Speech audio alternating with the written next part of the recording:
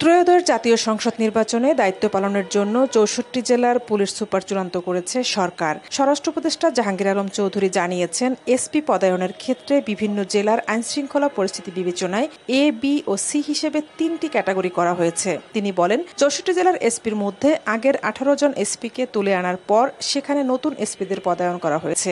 এরপর বাকিদের বিভিন্ন জেলায় পদায়ন করা হয়েছে এর মাধ্যমে। সেক্ষেত্রে মেধাবীরা কেউ বাদ পড়েনি। এটা করা হয়েছে জেলার আয়তনের বেসিস না, আমরা ওই আইন শৃঙ্খলা পরিস্থিতির উপর নির্ভর করে মেধাবীগুলো আগে বেছে নিছি ভাই। একের থেকে ধরেন এখন তো উঠে গেছে, এখন তো সব জিপিএ ভাই, মেধাবীরা কেউ বাদ পড়ে নাই। স্বরাষ্ট্র উপদেষ্টা জানান, পুলিশ সুপারদের মতো ওসিদের পদায়নের ক্ষেত্রেও লটারি পদ্ধতি অনুসরণ করা হবে। ওই জেলাগুলি নির্ধারণ করে তারপর এ সময় বিভিন্ন খাত ও প্রকল্পে দুর্নীতির তথ্য পেলে তা জানাতে এবং তুলে ধরতে সাংবাদিকদের প্রতি অনুরোধ জানান তিনি। স্বরাষ্ট্র মন্ত্রণালয় দেখতে পুলিশ, বিজিবি, আনসার, তারপরে ফায়ার ব্রিগেড, তারপরে কি কারা, কোনোটার রিক্রুটমেন্টের ক্ষেত্রে কিন্তু আপনারা মানে ওরকম কোনো গন্ধ পান নাই।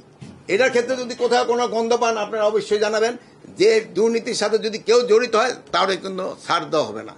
কোনো ধরনের দুর্নীতি থাকলে কোনো অবস্থাও থাকে, এখানে আমার আত্মীয় স্বজন বা আমার বন্ধু বান্ধব যদি কোথাও কোনো জড়িত থাকে অবশ্যই প্রকাশ করবেন। সড়কে চাঁদাবাজি বন্ধ করা যায়নি উল্লেখ করে স্বরাষ্ট্র উপদেষ্টা বলেন, দুর্নীতি চাঁদাবাজি কমানোর চেষ্টা করা হচ্ছে।